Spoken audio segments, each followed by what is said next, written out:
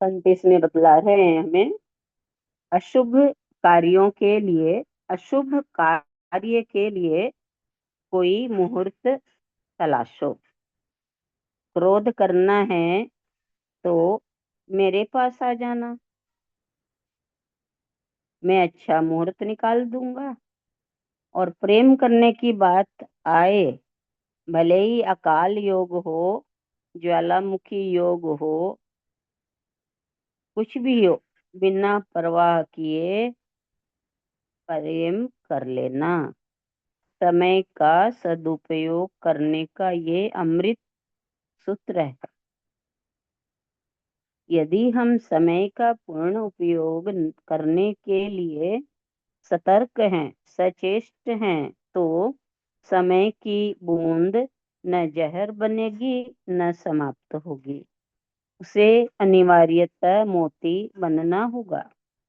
चाहे हमारे चारों ओर कांटों की बाढ़ लगती रहे, हम तो उन कांटों में फूल की तरह खिलते रहेंगे, महकते रहेंगे।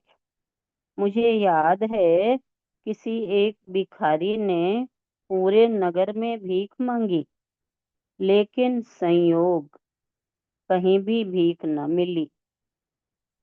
रहा होगा भिखारियों का शहर, फिर भीख कहाँ से मिलती। 3 दिन से भूखा भिखारी उदास हो गया। संध्या के समय घर लौटने लगा।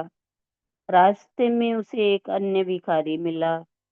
उसने उदासी का कारण पूछा तो बोला, चिंता मत करो, मेरे पास 2 मुट्ठी चावल है, एक तुम ले लो, तुम्हारा पेट भर जाएगा।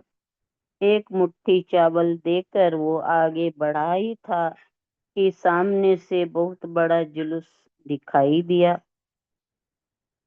उसने देखा, ये तो नगर के राजा की सवारी है। स्वयं महाराज इस रास्ते से गुजर रहे हैं।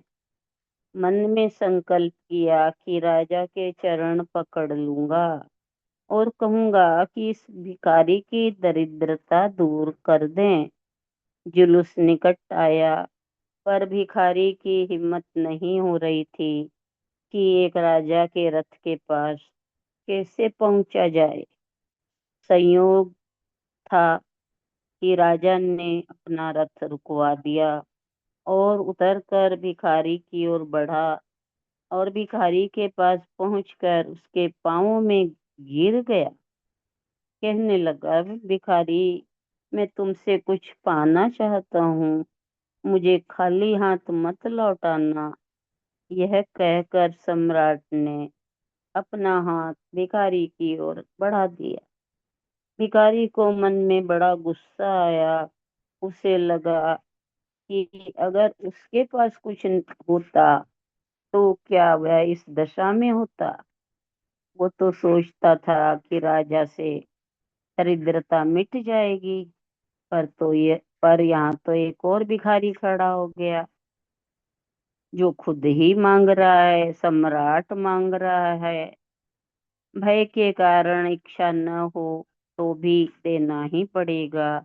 उसने थैली में हाथ डाला और बहुत कंजूसी से एक चावल की चिपटी कांपते हुए हाथों से निकालकर स- धन्यवाद के साथ सम्राट को दे दी, और सम्राट उसे धन्यवाद देता हुआ चला गया।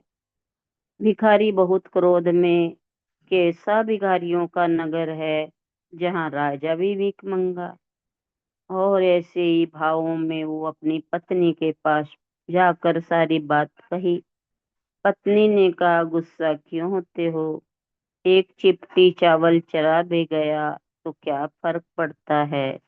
लाओ, जो चावल है उन्हें मैं बीन कर बना लेती हूँ।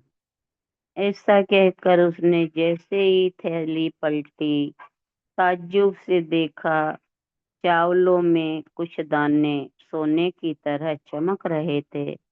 दौड़कर पति के पास पहुंची और बोली, जाओ तो तुरंत सम्राट से कहो कि वो सभी चावल ले ले। भिखारी ने कहा, अफसोस, अब कुछ नहीं हो सकता। जब अवसर आया मैं चूक गया। भाव सिर्फ लेने के रहे, देने के भाव आ जाते तो सारे के सारे चावल सोने के हो जाते। अवसर चूक गए तो बाद में सिर्फ चावल ही रह जाते हैं। हमारा जीवन भी एक अवसर है, इसका अधिकतम उपयोग करें। कब कौन सा क्षण जीवन को स्वर्णिम बना दे, रूपांतरित कर दे, कौन जाने। ये तो प्रवाहमान जल है, चुल्लू भर पियो कि लोटा भर। आपका है, न भी पिया तो कोई नुकसान नहीं। ये तो बहती गंगा है, बढ़ती जाएगी। उपयोग हो ही जाना चाहिए, नहीं तो जीवन का पत्ता जीवन का पत्ता पीला होते ही वृक्ष से कब झड़ जाए पता नहीं, कब समाप्त हो जाए खबर नहीं, कब चिर निद्राधीन हो जाए पता नहीं। इसलिए आह्वान है कि समय का प्रमाद मत करो।